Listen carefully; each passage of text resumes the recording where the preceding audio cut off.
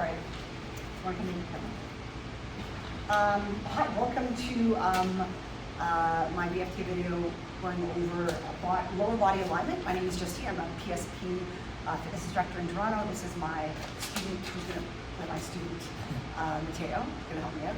So, Mateo, today we're going to be talking about lower body alignment. So the safety considerations for this video, for this lesson is similar to all the other ones. We want to make sure we address that. I'm not sure if you can see here. I'm just gonna I have the important points that we're going to be covering today. So basically, we want to make sure that we can create structural strength through our breathing, posture, proper joint alignment. By activating the key muscles in the correct sequence, we will discover how to increase physical strength. So it's really important to do. So how you'll teach your peers, sort of explaining, breaking down this specific lesson. So we'll break down lower body alignment in 3 key stages, so 3 key important stages, pieces that we want to look at to help with supporting this lesson. The first stage is spine alignment, second is knee alignment, and the third is foot positioning.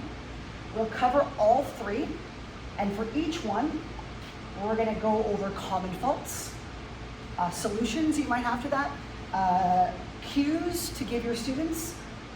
We'll cover verbal, visual, and kinesthetic cues. And then for each one, you'll also get some applied practice, where you'll get to sort of practice peer teaching to each other and also correcting each other, so you're able to get a sense of what it feels like and to be able to deliver this to your own students. Okay? So, any questions before we start? So all 3 of these, like, they're in order to get you to perform all the Yeah. So think about big movements like squatting, lunging, and these are the most important sort of structural pieces of it that we look at in order to help somebody stay in alignment. So they're for safety reasons and for performance. These are the main 3 aspects that we looked at in terms of when sort of evaluating a lower body alignment movement. So again, developing and understanding proper muscle activation and joint alignment for the lower body. Okay. Cool. So of course, enhanced performance and reduce risk injury or injury risk is always sort of our main focus.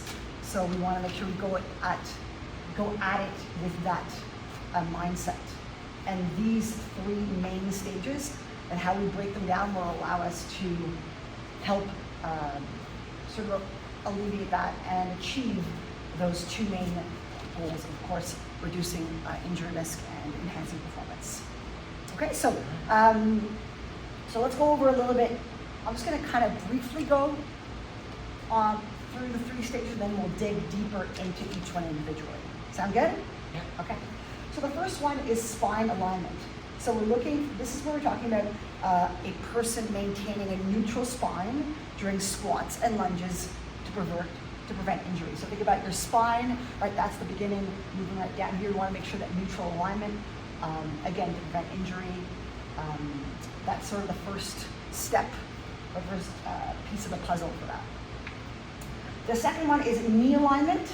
So again, ensuring that the knees track over sort of the second or third toe to optimize force distribution, right? And this is important in both the squat and the lunge, of course. Okay? And the third and final one is going to be the foot positioning. So we're working from top down. So we're striving for that parallel foot positioning to maximize stability and torque. Okay? So we're looking for sort of like where they're positioning their feet, etc.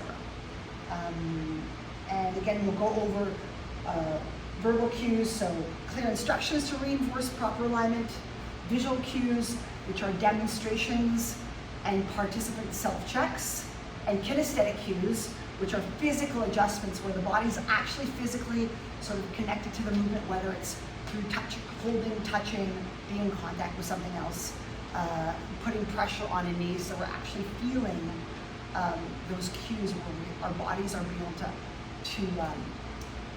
adjust with that kinesthetic cue. Okay, so I'm gonna go over each one, so, and we'll demo a little bit. So let's just back up just kind of so we have some room to demo. So here we go. Our first one is spinal alignment. So maintaining a neutral spine, really, really important, right? For most movements, really, really important. And the spine is challenged through different lower body patterns, and we really want to make sure we find strong strategies to maintain that neutral spine, okay? So, first of all, we want to, when we're doing that neutral spine squat, we want to make sure we're nice and strong all the way down, right? So, one of the number one problems that happens is sort of spinal flexion. So we talk about that butt wink, where we sort of we roll underneath, and our bodies need to sort of make up for low hip flexibility, right? So, and this again occurs when a participant attempts to squat down lower than their thighs parallel to the ground. So poor hip, knee, and ankle range of motion is often the culprit, okay? And that's often due, why do you think that many people nowadays have low ankle, hip, knee mobility, and range of motion? I would think that because a lot of people nowadays, even like their jobs are Yeah. very like sedentary and don't get exactly what it should be. So Absolutely. they're not really like using that. They're kind of just, like they're stuck with whatever they get from just Yeah. working all day, sitting. And what are most people doing during the day? Sitting at their desk. Yeah, sitting, right? So, driving. exactly, very good point. So our bodies don't need to get into that position where we're getting lower in those deep squatted movements that, back in the day, people were doing a bit of natural movement. So we don't, because our bodies don't practice getting in those positions, our muscles aren't able to work. So our spine and the rest of our bodies have to sort of, take over and help out and compensate. Exactly. So,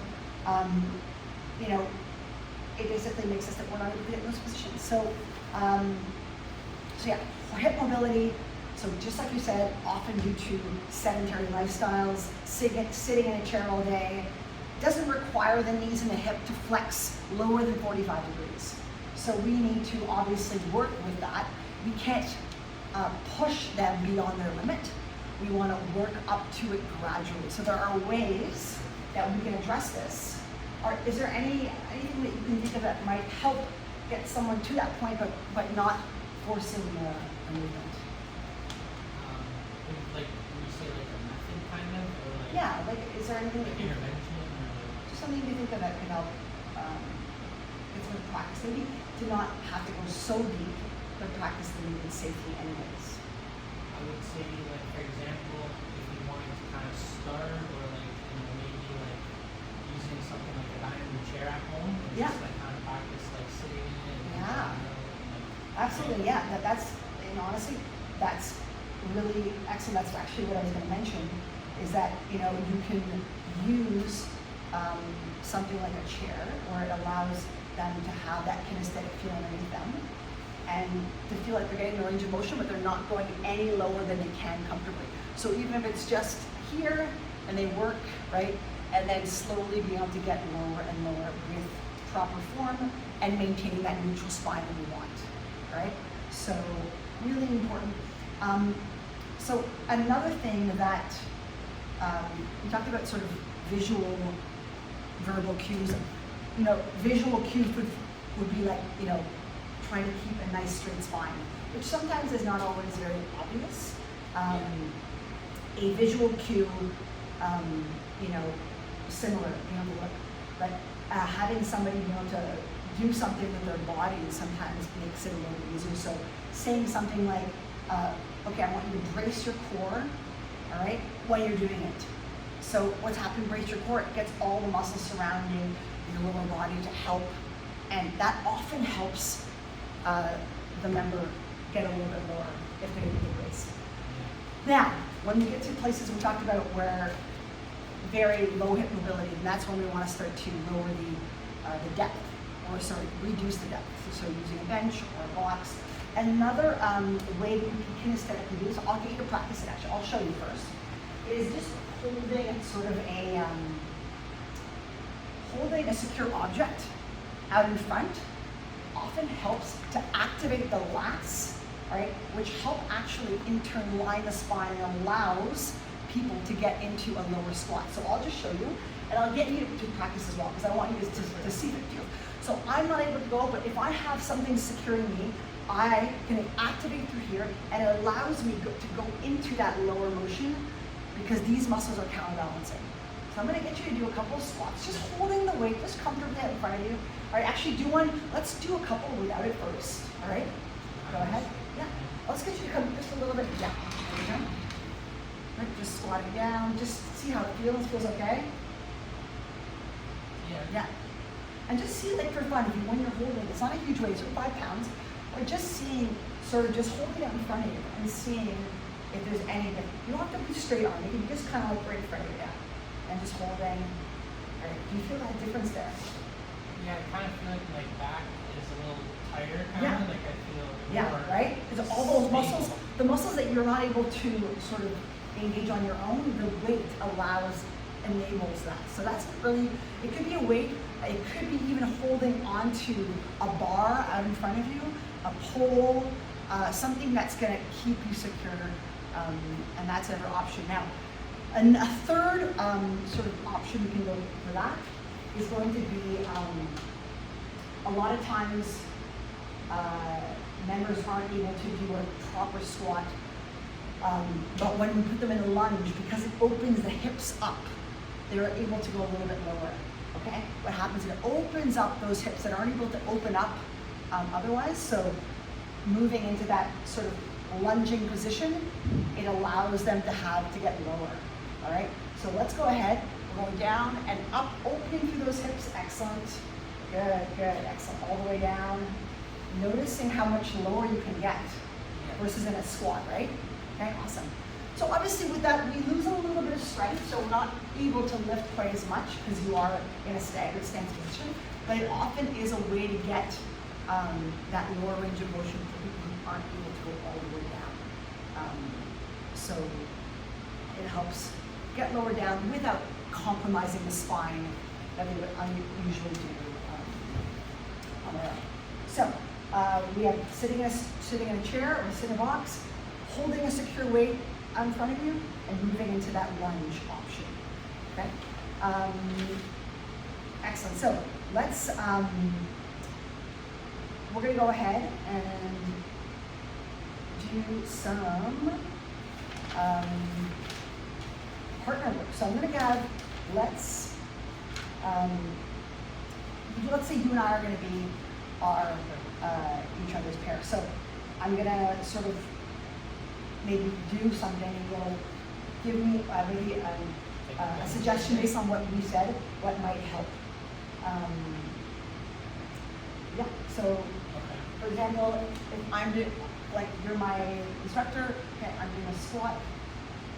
All right, and I'm doing that kind of flexion through here. All right, through my spine, I'm not going to run low. Yeah, I kind of see you look like you're going into the movement as you kind of get to your limit or your max. Yeah. I notice like you're flexing forward and Yeah. like you So- can't get deep enough. I can't, right? And what's an option maybe to allow me to? I would say, honestly, I think maybe you can kind of hold like a secure object out in front of you and see if that kind of corrects your muscles. So already, I think I feel a lot better. Maybe I'm And also. your back looks a little more straight. Let's try the chair maybe. Sure. Because I think I've always had issues with that because I've very, very long legs. So you're behind you? Yeah. All right. Same here. So I love the fact that I have that little box movement underneath me. Like a little, it tells you where to stop. Yeah. Right? I already feel more secure. Awesome. Yes, thank you, Bob. Thank you, teacher. Okay, so that's awesome. So we already have quite a few tidbits that are going to help us with that spine alignment. So obviously, lower body movements work as one. It's not just one part. you know, we have to look at several different parts, and the other main one is going to be the knee alignment, okay? So, as I said previously, the knee alignment ensures that the knees are tracking. We tend to want to say over the second or third toe, so that's sort of like the middle to optimize that force distribution. Yeah, second or third toe. And obviously, there's a lot of, a very clear verbal cue is exactly that, to tell people to keep the knee tracking over the second or third toe. Some people might not necessarily exactly get it. So a visual cue will just basically have sort of the member looking down and making sure that the knee doesn't cave in or out. So that's a really sort of a good visual cue. And we're looking at the knee obviously doesn't collapse inward or outward. Yeah, so another sort of cue that would be really helpful in terms of a kinesthetic cue, all right, would be actually applying pressure to the knee. So for example, if I was to have you come and do like a lunge here, okay? So I'm gonna see if we can have you looking, let's back you up a little bit so you can sort of sit. And you're just gonna do the lunge, all right? So I'm gonna put, so what's gonna happen, let's say that you tend to have your knee go sort of outwards on the lunge. So just let's go, yeah. If I create that tension here, and I want you to, actually sorry, your knee tends to go inwards, I mean, okay? Yeah. If I put tension here, I want you to push against it. So it forces you to work your external rotations over your rotators out here that you wouldn't know to do if I didn't apply that pressure on your knee, okay? So you know what I mean? So you're having that sort of that physical cue. They're like, oh, I see what they mean. I need to pull the knee outside and engage the muscles. So really, really sort of a strong thing. So any questions on that? You know what, well, let's go back to spine alignment, Sure. because I want to make sure that I didn't get a chance to sort of follow up on how you felt about the spine alignment, if you have questions or... I guess for the spine, like I was kind of thinking, we went over the verbal, kind of like just Yeah. telling them, like, you know, have a neutral spine or like brace your core. Yeah. Like, I find that would definitely help me for sure. I was a little bit confused at maybe like how we could do like a visual or a kinesthetic cue. Okay. Like, for example, you showed me kinesthetic cue just now with like my Yeah. knee. So- like how could I? So that the chair and Yes. holding the weight. Okay. Kinesthetic cue basically, that's really good. Thank you for that. It's just basically your body being aware, physically sort of by touching or making contact with something else, that's creating the cue because you're feeling the difference. Versus me just telling you, you're holding the weight and your muscles are actually having to work for that cue. See what I mean? Kinesthetic cue is any type of physical thing. So using the chair as your little, holding the weight to engage the lats. Yeah, so those are all, that's a really good point, and maybe that wasn't as clear. So that's, that would be those sort of kinesthetic cues for the spine. And then the visual cue, we talked about what it looks like when someone's rounding their spine, right? You go down and it tucks underneath. You can sort of see it, right? So, yeah. Okay, so we're good with that? Yeah. All right. so, Good, good. I'm glad that you might be that. So, knee alignment. We talked about visual cue, so the verbal cue, visual cue, and the kinesthetic cue. Right, so we're looking for that sort of straight alignment down. So really, really important to do that. So now, let's see if we can kind of do a little bit of practice. So let's say I'm going to do a squat, and you'll let me know, maybe give me a verbal, a visual, and a kinesthetic cue for how you think I could do better with my form. Okay? Is that cool? Sure. All right, so I'm going to squat down. All right? So I notice your knees are kind of caving in a little bit. Yeah. I noticed that maybe you intervention to correct that? Like maybe you can use this to highlight your kinesthetic Yeah. and like. So let's talk about like just the knees right now. So visual, visual.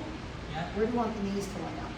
Try to line up your knees maybe with the tips of your shoes. It should be Yeah. like the Yeah. second and third toe. Yeah. Good. There you go. Excellent. I noticed So it's that's a lot more. awesome. Yes, yes, yes. I like How it. do you feel about So, your back? so now I see it, Yeah. right? I see it. So visual, right?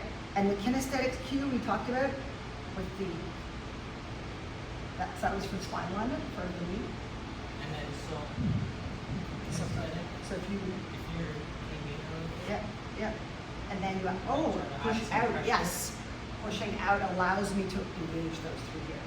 Yeah. Oh, that's good. Okay. Awesome. Cool. Love it. Yes. All right. I think we're doing quite well. I think you're doing awesome. Everyone in the class has participated quite a bit so far. Hey, Mateo, Yeah. everyone? Okay, awesome. So we went over that. So we want that external rotation, right? So that's where sort of using that foot or the hand to the outside helps. Okay? We just covered knee alignment, all right? And you've worked through them and you coached, corrected. Are there any questions about knee alignment before we work towards foot positioning? So for, I guess like knee alignment, I was kind of curious. So you mentioned that you can like kind of go inwards, Yeah. right? Whereas like if you're going outwards, like would you do the exact same? as Yeah, applied? that's a very good point. Absolutely. If you're seeing that, maybe you're getting into code inside a little bit more. Yeah. It's all about working against where they are at. So that's a very good point there. Absolutely. Awesome. So a bit about it otherwise? Yeah, I think so. I think. How about I do a lunge and you see how you can correct me, okay? Okay. So I'm gonna do a lunge, right? And you're gonna see, okay? All right, ready? So what do you see here? I see that you're a little bit out of line. So Okay. maybe if I try to add, first I'll try a little bit. You can tell me how that feels. If I add a little bit of pressure here, Yeah, okay. is that a little? Yeah. But that's gonna promote, so you probably want me to push against On the inside, right? So if I'm pushing this way, it's gonna force me to sort of keep my knee lined up with Yeah. my toe, I right? can see it already. Right? Yeah. Because I have that kinesthetic here. It's awesome. For sure. Yeah, that was a really good point that you brought up. You Going want to in be or out. wary Yeah, of which yeah. side. And there's people that do both, so it's really important to kind of see. And the knee one I feel like is pretty visually. You can see it sometimes a little bit clearer than the spine. But it's just a matter of you have to communicate to the member in the best way that they can learn, because everyone learns differently. Some people learn a lot better with kinesthetic cues. Some people just need to like figure it out on their own visually. So it's being able to give those cues in various ways allows us to have our tool belt as full as possible, so you can sort of deal with each member individually and help them reach maximum success. I get it. So would you say like maybe if you had spotted something, would you start kind of more general, like say maybe start with like verbal and see how they do? Absolutely, that's a very good point, and that is actually sort of the order we're looking to do the cues in. So verbal tends to be the first one because it tends to be most people can understand a verbal cue. It's the first line of defense, and then we move to visual, right? If that wasn't quite working yet, and then kinesthetic would be the last line of attack where okay, they're not quite getting the verbal or visual. Let's give them some sort of more physical, tactical ways to like tactile ways to see it. So that's a very, very good point in terms of the order that we tend to want to cue or sort of instruct our clients. Those are really great questions, Mateo. So I'm really glad that you're posing. So we're going to move now into foot positioning. All right, so this is sort of sort of the bottom part of that squat. In other words, you might say it's sort of like the last part you're looking at, right? Because everything starts from top bottom. So, and we'll go through a little bit of practice as well. So we ideally, again, want the feet to be parallel or in line with the second or third toe, right? That's where we want ideal. The more your feet are close to parallel, the more stability you can muster, basically, all right? So the ability to stabilize the knees from the hips will be limited by the range of motion. The hips will have an external rotation otherwise, all right? So the less external rotation an athlete has, the harder it will be to stabilize the knees, okay? So the less external rotation they have, the harder it will be to stabilize the knees. This lack of range of motion often shows up in a deep squat position, making it harder or impossible for someone to produce torque at the hips. As a result, the knees are going to cave in, okay? Because they can't hit them, right? So really kind of visually really important as well. People who have limited ankle mobility, all right, are often going to go into some dorsiflexion. So they're going to really put the weight on the inside of their feet, all right? And they're going to dump to the side. The feet tend to dump to the sides in order to compensate. As a result, they will favor positioning their feet outwards. Right? When they go into a squat, the knees may look straight, but not be in line relative to the position of their feet. Okay? So you'll sort of see, sort of coming in here and dumping in this because they're not able to have that flexion in the ankles. Very limited flexion, so you're compensating by dumping the knees in. All right? I was just going to ask about that, about the word dorsiflexion. I was a little unsure of like, what exactly you mean by that. So dorsiflexion is being able to flex your foot towards you. So in a squat, it's really important to be able to perform dorsiflexion because if you don't have any, if I'm stuck here and I want to get lower, the only way I can do so is by caving in because I don't have the flexion here.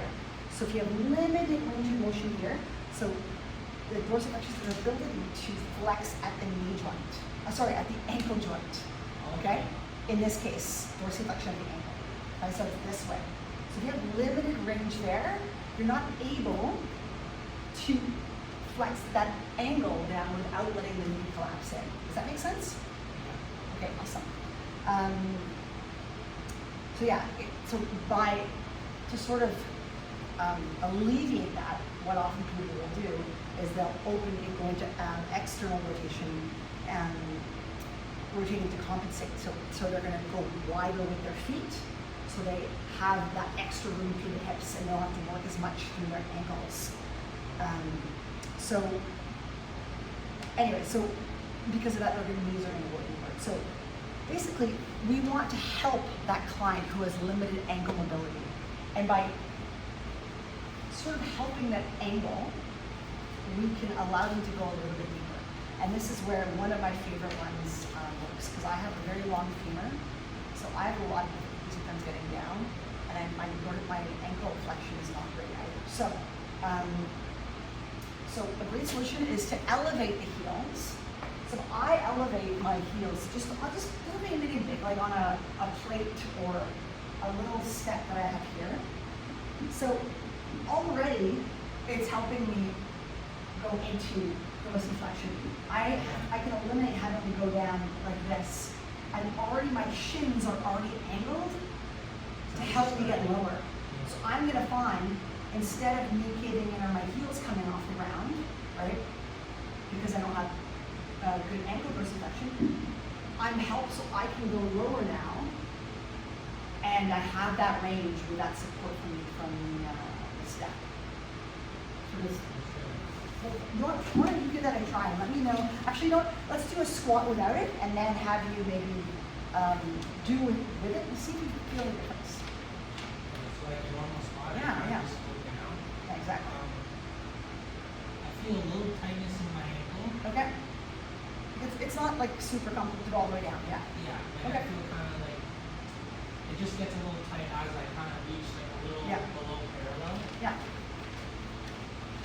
So So let's see if you're feeling a difference with your heels elevated slightly with that same body position. Yeah. A lot was like A lot able more, to- yeah, a lot more range of motion. And I even noticed you're going a lot lower as well. Yeah. And you're so basically trying, ideally you want your feet as parallel as possible so they feel comfortable. And obviously that range is going to change.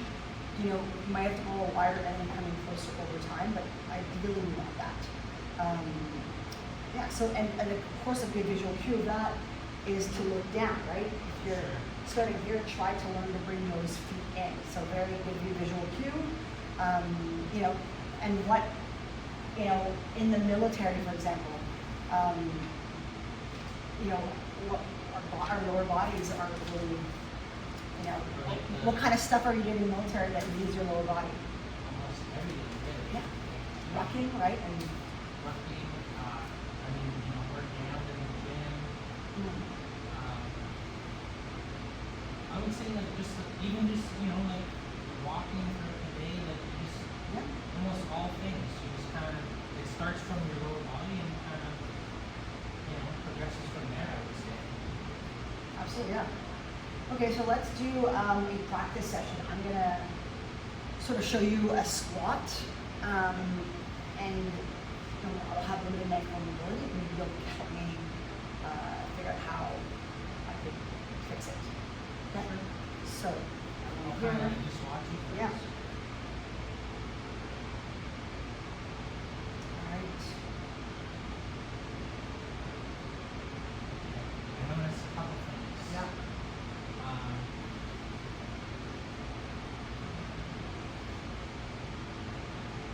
I noticed that your base of support is kind of like a bit outwards, like you're not really parallel with your shoulders or Yeah. your foot position. So you could try to turn your feet Yeah. inwards and try to imagine that there's a line going down from your shoulders right down to your feet. Okay. Okay. You got it. I noticed that your knees.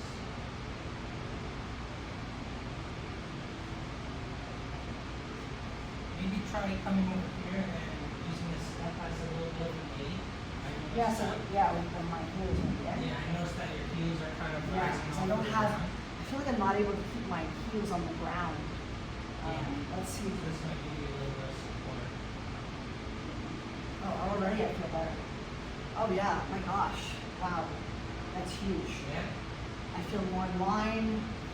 My feet are parallel now. Yeah, I noticed they're almost right in line with your Yeah. shoulders. Wow, that's amazing. And your back's been neutral Yeah. pretty much most of the time It's already. really, really helpful. This, wow, awesome stuff. Really, that's really, really good. I was a little curious though. Yeah, please. So, kind of as like a student here, like Yeah. I'm not really too familiar with the whole way that everything goes. Yeah. Like you're teaching me right now. But I'm kind of curious, like, I don't really have like an object like this. Like, how would you recommend, or like, what would you recommend I could use, like, other than this? Oh my God, yeah, that's a really good question. You can use anything that's slightly elevated. If you have a plate, like a weight plate, or even like a piece of wood that's elevated, it doesn't have to be very high. It could even Yeah. literally just be like a couple of centimeters off the ground. Like that I find is actually, might be a little bit high. Just anything that allows to give them that extra couple of inches off the ground. Any really thing, like just a piece of wood or a step. Like, I have my own kind of equipment at home. Yeah. So I think Yeah, definitely yeah, a weight yeah. plate could work for sure. Anything, that's very much, it could be anything that just helps. And depending on how the foam is, you can adjust the height of it, if it's a little bit thinner, a little bit higher, all that stuff. So I think that's a really good question. Yeah, absolutely. Please, any other questions? So, like, if somebody's not really like responding, you know, like I know you mentioned about going kind of through this Yeah. aspect, but see, like, I kind of took from what we've learned, like, and I went right away to like your feet, right? But how would you like approach like would you say that it's kind of like a chain, like it Yeah. goes? Absolutely. Sorry, that's a really good point. There's obviously some common things you'll see that will overlap these three, right? Spine, knee, and foot. But it is sort of like it gives you a top-down approach of seeing like the spine being the first line of attack, because that's the first thing that you see happening in a squat, right? Right away you see this. And then moving down the chain. So you're right, we're not making it into sort of, it's either one or the other. There's obviously somebody's squat, there's multiple things, the spine, the knee, and the ankle, or two of the three, they overlap, absolutely. So I think that by doing this practice that we've been doing, it allows you to see how these overlap. For example,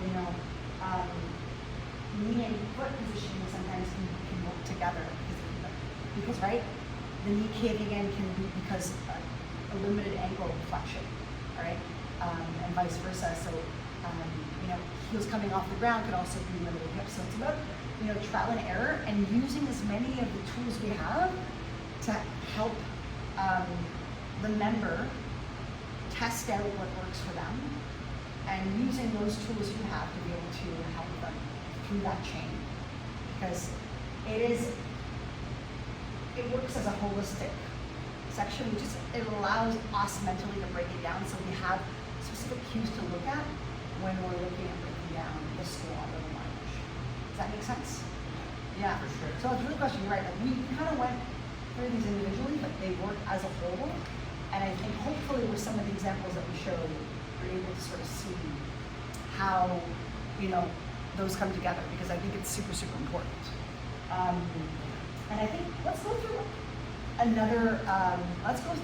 few more examples, because as you mentioned, a squat or a lunge might target several of these. So how about, again, maybe you do a squat and I'll see how it is.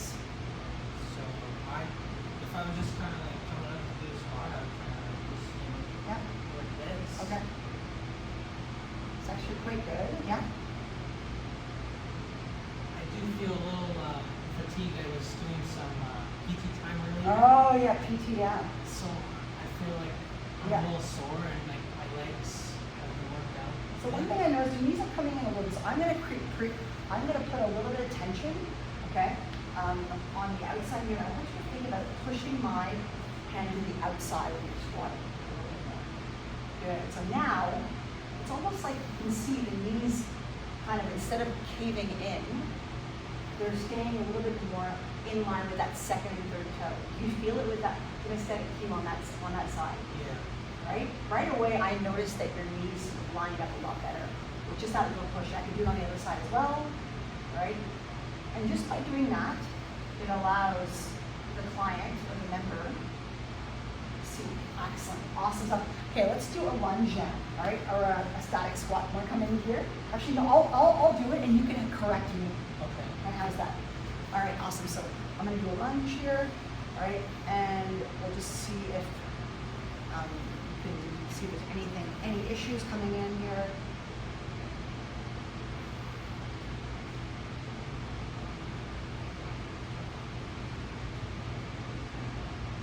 Notice that your knees going a little inwards.